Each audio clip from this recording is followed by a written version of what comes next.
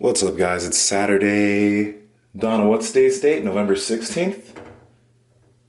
Okay, she doesn't like to respond. Saturday, November 16th. Oh, just so you guys know, these are the new Ape Light Fit tees. They feel awesome. But anyway, wake up weight has been consistently around 263. We don't know if we can attribute that to not doing any jiu-jitsu for a while. Here I am, not flexed. Back. Flexing all that good stuff. But, if you guys follow me on Instagram or whatever, you know that I've been injured for a little bit.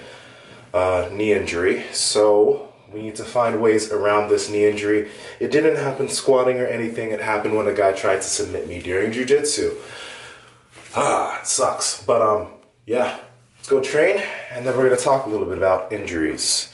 What people don't talk about during injuries.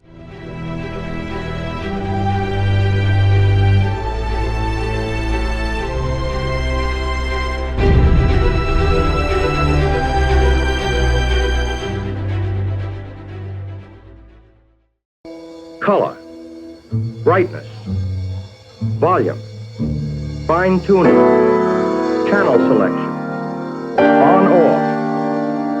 You can tune either with the remote unit from your easy chair or use the push-button panel in the cabinet.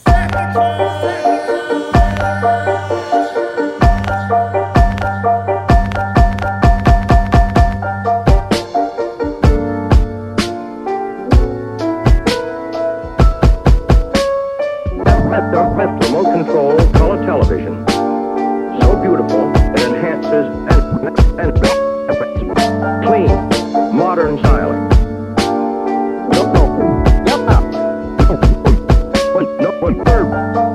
Master crafted of the finest woods. But the outstanding feature of the one big feature that sets them apart. And each function is completely variable.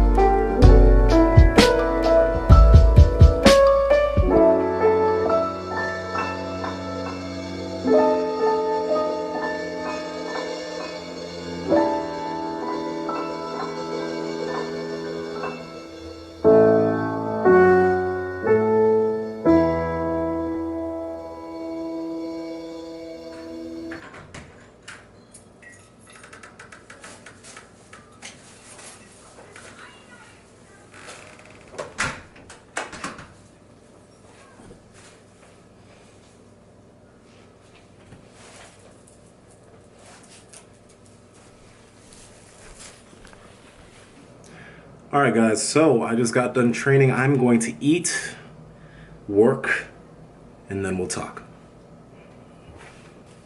If you want to know what I got, triple chicken, rice, and more rice. It's like my staple meal.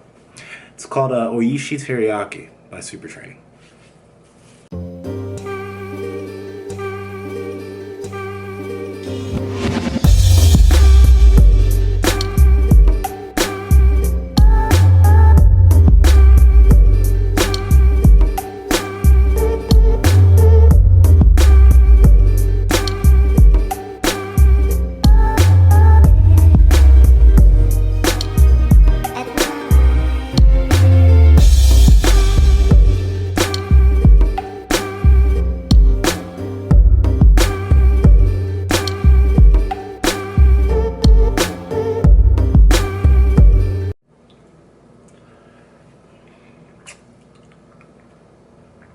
Now, since I'm done,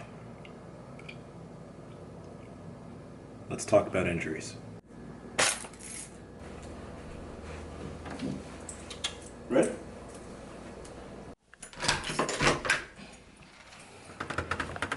So, first off, I hope this isn't gonna make you guys dizzy. You're not gonna be able to see me well sometimes, and we will hear cars. But I felt like taking a walk with this guy and talking. And he is the most annoying dog to walk because he's always trying to move. He's always trying to stop and smell shit. It's kind of annoying, but we're doing it anyway. Anyway, let me give you guys a little bit about, information about my injury history as this car passes by. Now, if you guys have watched my older videos, you guys know that I had an Osgood-Slaughter when I was 13. And at that point, I was an athlete for already 7 years of my life. I played soccer since I was 6. So, when I got Osgood-Slaughter, I mentioned this in the video, I didn't go deep into it, but I had got into like a bout of depression because I wasn't able to be as active as I was growing up. I started doing worse in school. I started not hanging out with friends. Started not talking to my mom, who was a single parent, but I just started, you know, kind of just getting away from people. And that's why she got me a gym membership, because there were things I could do in the gym since I wasn't able to run that would still allow me to be active, that would still allow me to exert myself in a way that I would still be able to do things, you know? So that's what got me lifting. After that, grades started coming up again. Started hanging out with friends, started having more confidence, blah, blah, blah. You guys know that story. Next big injury was when I was 20, when I played soccer at Sac State. Things were improving. I think I told you guys, I wanted to play professionally. That was the goal. And I got a bunionette injury, which is when your pinky toe starts going inwards. Doctor had to shave off the bone in my pinky toe, and I was like the best I've ever been at soccer at that point in my life. Took 8 months off, went back to the field, and I was not able to run with the balance I used to have. I couldn't balance right when I was sprinting. It fucked me up, fucked my game up. I had to stop playing soccer then.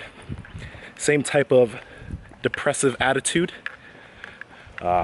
Wasn't feeling things, so I left there. Started working, blah, blah, blah. Kept doing the fitness thing. And I've realized that, you know, a lot of people, when they talk about injury, you know, they'll say, oh, you know, just find other things you can do. Figure out, you know, other options in terms of, you know, different workouts you can do. Even if it's a major injury, you know, you'll be okay. Just do what's smartest for recovery. And as easy as that is to say, and personally, I think I have 3 clients right now that have very slight injuries, and I've had to make changes to their programming. Shut up. To their programming to reflect those injuries. You go to the other side of the road. It's kind of unsafe. Yeah, and you know, we've gotten through the injuries and we've progressed. And it's easy to say and it's easy to apply. But, you know, for people like me, where physical activity is a cornerstone of psychological well-being. When I'm not physically active, or when I have an impairment that doesn't allow me to do the activities I enjoy doing, I become a very different individual. I'm not angry per se, but I become a shell. You know, I become less active, become less talkative, less responsive, emotionally and mentally. And it's just, you know, for those of you that have this issue, it's okay. I'm doing better now because, like, you know, you honestly just have to think of, yes, what you can do, but you can also think of, you know, you also realize that it could be much worse than it currently is. For me, it could be a lot worse right now. I mean, I'm walking this dog right now with barely, not too much pain, but, you know, when I get injured, my mind goes like, oh, what if I'm never able to squat again? Or, you know, what if I'm never able to do this again? because I mean that legit has happened to me. I'm never gonna play soccer at the level I used to play at, which is why I kind of never watch soccer anymore. I used to be an avid watcher, but I never watch it anymore. But you know, that thought crosses my mind, and it scares me, to be perfectly honest. And you know, it is kind of a problem when you think about it, right? You know, if for someone like me, I kind of take introspection sometimes, and I think, what if I didn't have fitness? What if something so bad happened to me that I was never able to exercise or do physical activity at the level I'm currently at? What kind of person would I be? And I'm in a search, I'm still searching for the answer to that question, or thinking of what my plan B would be, at least for myself, because my routine is this. On a good day, I wake up at 5 or 6 a.m. I meditate, do my work, I work out, some way or form, I get my physical activity in, I feel great, my day is great. But all the times where I haven't been myself were all the times that I was not able to conduct the physical activity that I like to conduct. So, I know there's some of you guys like me in that sense where it's not that easy just to turn and find the workouts you can do and, you know, just let yourself recover without having a very slight meltdown. And my advice to you is, honestly, just understand that things could be worse. You could be in a worse place. There are people in much worse places than you. And it's not the first thing I think about all the time. Yes, it's easy to say, but like, for example, when I got this knee injury, my first thought was like, fuck, what if I can't squat anymore, right? And then I started thinking deeper. I started thinking critically. I started being smart about what I was thinking. And then I realized that, yeah, I can walk. I'm recovering. Yes, I won't be able to squat as heavy as I used to for a while, but sooner or later, being smart, I'll be able to get back to the level I was at. And that's really all there is to it. And in terms of, you know, for those of you that are like me, because I know there's a lot of fitness people that are this way when they can't have physical activity. It's not that easy. It is not, for some, like myself, you can't just say, oh, this will get better over time. Or, oh, I'm just gonna take a break a little bit. I'm gonna take some time off and I'll be good to go. It's easy to say, it's not always easy to do. So, right now, in terms of dealing with my injury, I'm doing different things. I did a little bit of Bulgarian split squats today. I squatted really, really light, not going into deep flexion. Didn't go into full extension either. I just squatted really, really light. And I mean, I didn't do any jiu-jitsu this week, which, yes, that really did bum me out. But I'm gonna start going again next week. I probably won't be sparring. I'll just be doing technique work. Probably having people work in my guard. If you guys don't know what that means, you don't have to know what that means. But I rambled a lot in this video. I hope you got something from this. So, damn, my shoulder is getting a workout holding this thing up. Question of the day. Let's give you a little bit of, okay, since he stopped, question of the day. When you've had a major injury, what did you personally do to deal with it? And how did you get past it? And if you're currently working with an injury right now, what are you doing right now to improve and get past it? And if you did have psychological issues or, you know, emotional issues when you've had said injury, how did you battle it? It's a little deep. But yeah, that's it, guys. This is Nsima the Centaur Inyang from Break the Bar. I hope you guys enjoyed the video and the footage, and I will be talking to all of you very, very soon. I have a pretty interesting topic next. Hope you guys tune in.